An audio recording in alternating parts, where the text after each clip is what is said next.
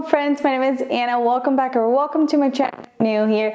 Today I am going to show you how to make some fabulous braised short ribs.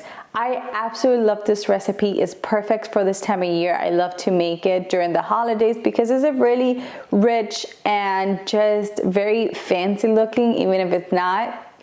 And it's inspired by a dish that I had at a restaurant years ago, and it was so delicious. It was served over polenta, and let me tell you, it was fabulous. It's very easy to make at home. It looks very expensive and time consuming, but it's absolutely not. It only requires a few ingredients. Let me show you what they are so we can get started. You're going to need some parsley, beef stock or chicken stock, salt, pepper, olive oil. You're going to need some red wine. If you don't want to use red wine, you can add a little more of the beef stock, but the red wine is what gives it that really nice and rich and expensive taste to it. You're going to need some shallots or onions, garlic, thyme, bay leaf. You're also going to need some tomato paste and a pinch of crushed pepper. And of course, you're going to need your short ribs. About the short ribs, I prefer to use an English style short rib. They have a very nice thick layer of meat on top. The ones that I found at my store weren't that thick, but we have to make do with what we have. So this is what I found. Like I said, if you can find the one that has a really nice layer of meat on top, that's going to be absolutely fabulous. Okay, so first things first, we want to season our meat, and I'm going to sprinkle them with sea salt all over. And I'm also going to do some pepper. Okay. Perfect.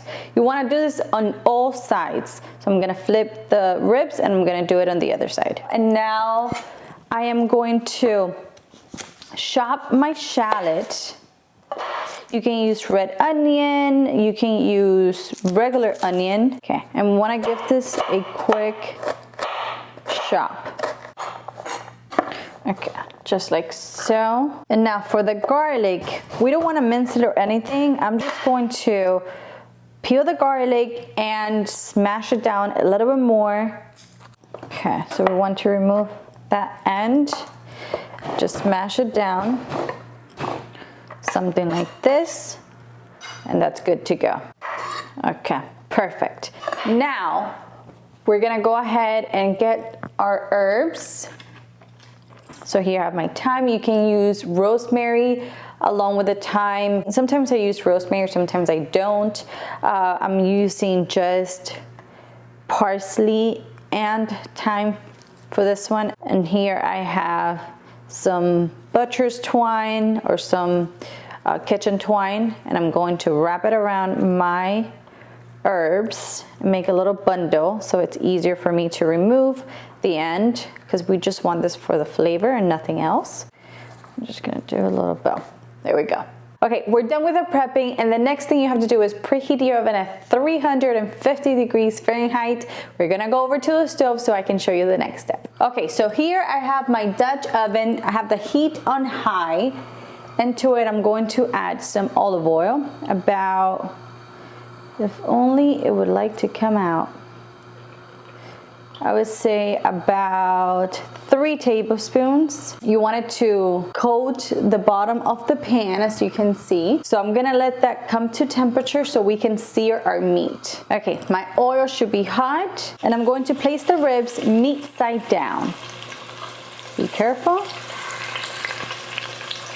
I'm gonna cook this in batches. Okay, so as you can see, I'm gonna do a few at a time because we don't want the meat to steam. We want it to get a really nice sear, and if we overcrowd the pan, we're not going to achieve that. I cooked the ribs for about 3 minutes, and they should have a really nice sear by now. Let's go ahead and check on them. Yeah, you see that? That's exactly what you want. So we want to take it out, put it on a different plate. We're going to add the second batch. Now that the ribs are done, I brought the heat down to medium, and I'm going to remove a little bit of that oil that was left in the pan. It was a little too much oil. And I just do this with a paper towel. It's easier to get the excess oil like that. To the pan, I'm going to add the shallots along with the garlic. I'm gonna give this a nice stir, just like so. And I'm gonna let it cook for about a minute or so. Okay, that looks good. And very gently now and very carefully, you want to add your red wine. Okay, we're gonna let the wine cook down for about 3 to 4 minutes. Obviously, you don't want the alcohol, but you do want the amazing wine taste. Now that my wine has been cooking for a few minutes, I'm going to add my tomato paste. I was supposed to do this before I poured in the wine, but we all make mistakes and that's all right. So I'm going to stir this in. So normally you would want to stir in the tomato paste and cook it for about 30 seconds before you pour in the wine. This looks and smells absolutely fantastic. Okay, I'm going to add my short ribs back in, and this time you want it to have the meat side up. I'm gonna have to do 2 layers of this because I have quite a few, just like so. Perfect. Now I'm going to add in my beef broth, a small pinch of red pepper flakes, literally the smallest amount. We don't want this to be spicy, but the red pepper flakes gives it a really nice kick. Very subtle. A bay leaf, and then our herbs right in there. Okay, there we go. Okay, that looks perfect. Now, I'm going to bring this to a boil, just a quick boil, about, I would say, about a minute. Okay, as you can see, it came to a slight boil. And now I'm going to turn off the heat, put on my lid, and this is going to go into our preheated oven for about 2 to 3 hours, depending on the thickness of your short ribs. Your cooking time will vary. So I'm gonna put mine in for 2 hours. So you want the meat to be very nice and fork tender, kind of falling apart. So that's how you know your meat is ready. Like I said, it's going to depend on the size of your short ribs. Mine will take about 2 hours, but keep an eye on them after 2 hours and see if they're ready. I'm gonna head and put them in the oven, and then I'm gonna show you the final results. Hello you guys, I am back and I can't wait to show you how delicious these ribs came out. They're literally falling off the bone. I'm not even kidding.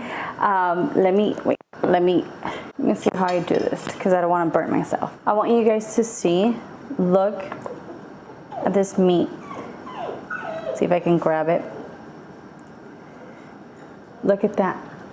It is so beautiful. It is literally falling. I mean, it did fall off the bone. That's how beautiful, tender, and delicious it is. Let me grab myself a tiny little piece right here. I'm making such a mess, but just bear with me. You see that? That's how tender. That's exactly how you want it. Beautiful, beautiful meat. I hope you guys saw that. It is so tender. I'm gonna be serving this over a plate of mashed potatoes, and it's gonna look fabulous, but it is so tender and the flavor is just amazing. This is one of those dishes that look really expensive, like you were in the kitchen for hours and hours and hours and you saw. That's not the case at all. It is just too good. You definitely have to try this recipe. Remember, the full written recipe is on my website, www.anitasdelightsrecipes.com. I hope you guys enjoyed it. I'm gonna go ahead and serve myself a plate of mashed potatoes and eat some short ribs because this is out of this world phenomenon. I can't wait to see you in the next one. Bye bye.